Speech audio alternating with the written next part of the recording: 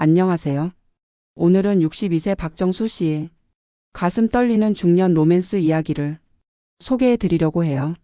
정년퇴직 후 재고용으로 다니게 된 회사에서 만난 동료와의 이루어질 수 없는 감정의 소용돌이, 인생의 후반부에 찾아온 뜻밖의 흔들림을 박정수 씨의 목소리로 직접 들려드리겠습니다. 구독과 좋아요 부탁드려요. 그럼 시작해 볼까요? 제 이름은 박정수, 올해로 62세가 되었어요. 설마 이 나이에 이런 경험을 이야기하게 될 줄은 몰랐네요. 저희 세대에게도 이렇게 가슴 뛰는 사랑이 찾아오는가 봅니다. 저는 대기업 전자회사에서 40년 가까이 일하다가 지금은 정년퇴직 후 재고용으로 주 4일 출근하며 고문 역할을 맡고 있습니다.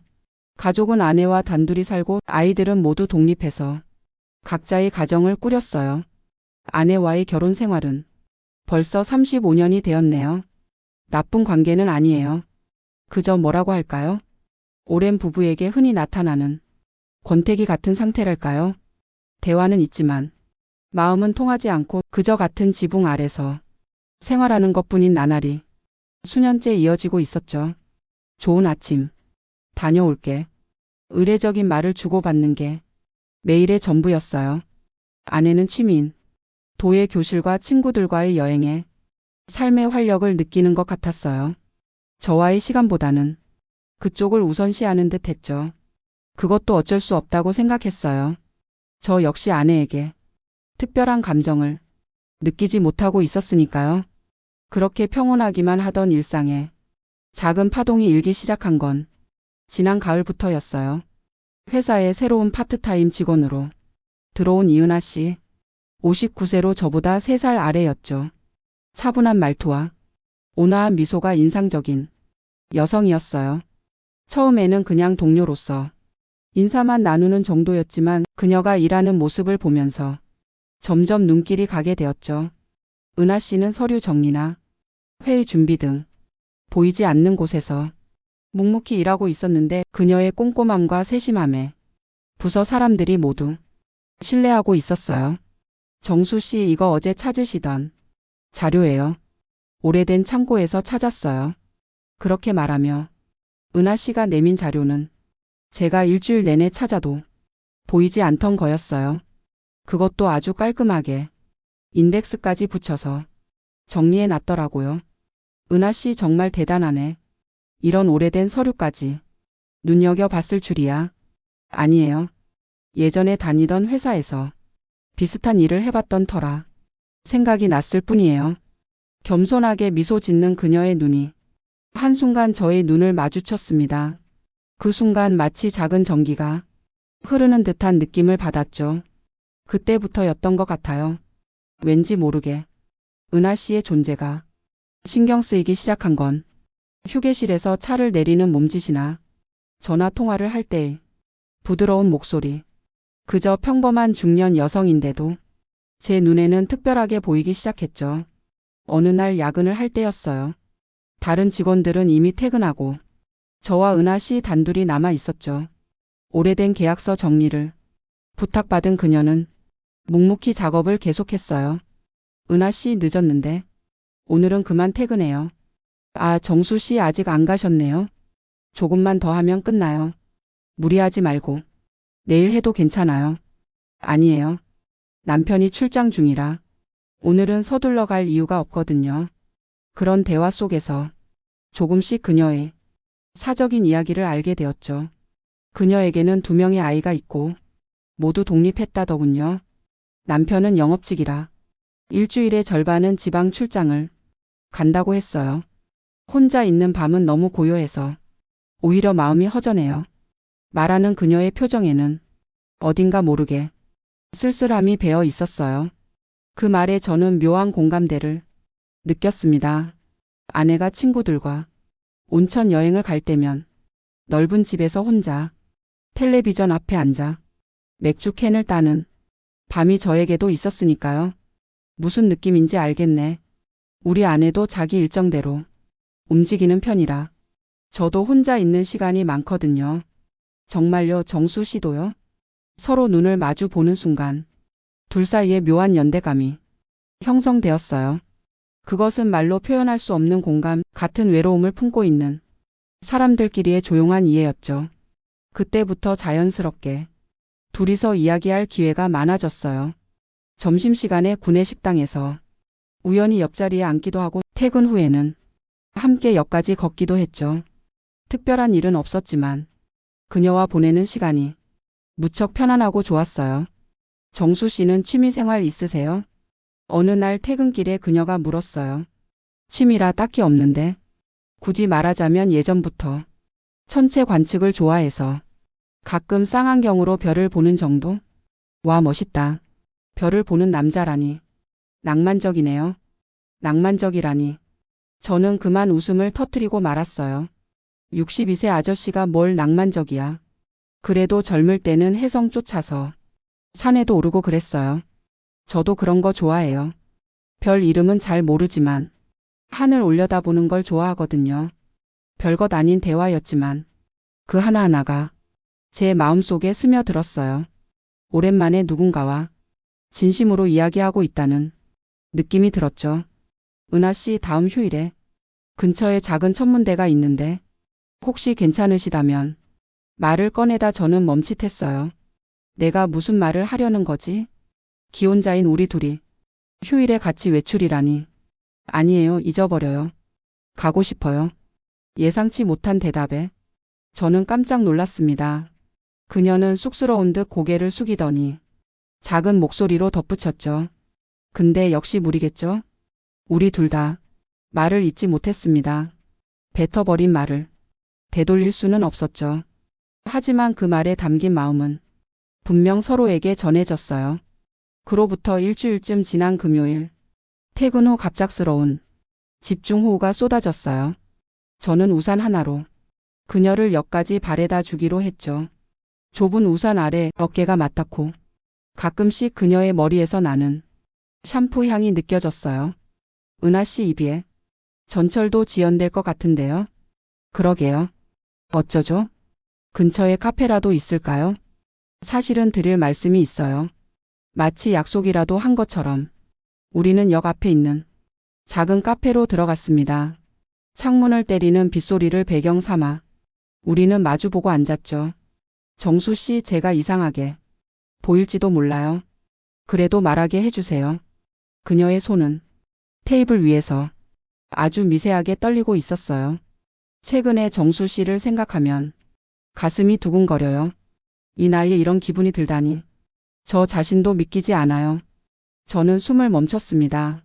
제 마음속에서 조용히 자라나고 있던 감정을 그녀의 입으로 듣게 될 줄은 상상도 못했거든요.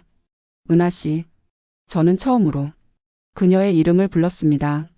저도 마찬가지예요. 어느새부터인가 은하 씨 생각뿐이었어요. 회사에 있을 때도 은하 씨의 모습을 찾고 있는 제 자신을 발견해요. 이 나이에 이게 무슨 일인지. 그때부터 대화는 홍수처럼 쏟아졌어요. 서로의 가정 이야기, 외로움, 나이가 들어도 변함없는 마음의 갈증에 대해 말했죠. 이야기하면 할수록 둘의 거리는 가까워졌습니다. 카페를 나설 무렵에는 비도 완전히 그쳤어요. 어스름이 내린 거리는 네온사인 빛을 머금고 촉촉하게 빛나고 있었죠. 그녀와 어깨를 나란히 하고 걸으며 기묘한 흥분감을 느꼈습니다. 바래다 줄게요. 괜찮아요. 여기서 전철 한 정거장이면 되는데요. 아니, 조금만 더 같이 있고 싶어요. 그 말에 그녀의 눈이 부드러워졌습니다. 역에서 조금 떨어진 한적한 곳에서 우리는 걸음을 멈췄어요. 가로등의 희미한 불빛 아래 그녀의 눈동자가 흔들리고 있었죠. 은하 씨, 저는 무심코 그녀의 어깨에 손을 올렸습니다. 혹시 거절하면 어쩌지 그렇게 생각했지만 그녀는 살며시 몸을 기댔습니다. 정수 씨, 그녀의 입술이 제 이름을 부른 순간 저는 이성을 잃고 그녀를 품에 안았어요.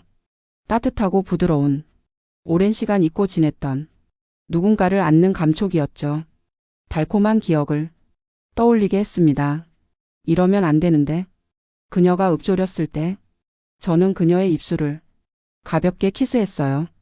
순식간에 일어난 일이었지만 그 짧은 입맞춤이 우리의 관계를 결정적으로 바꾸어 놓았습니다.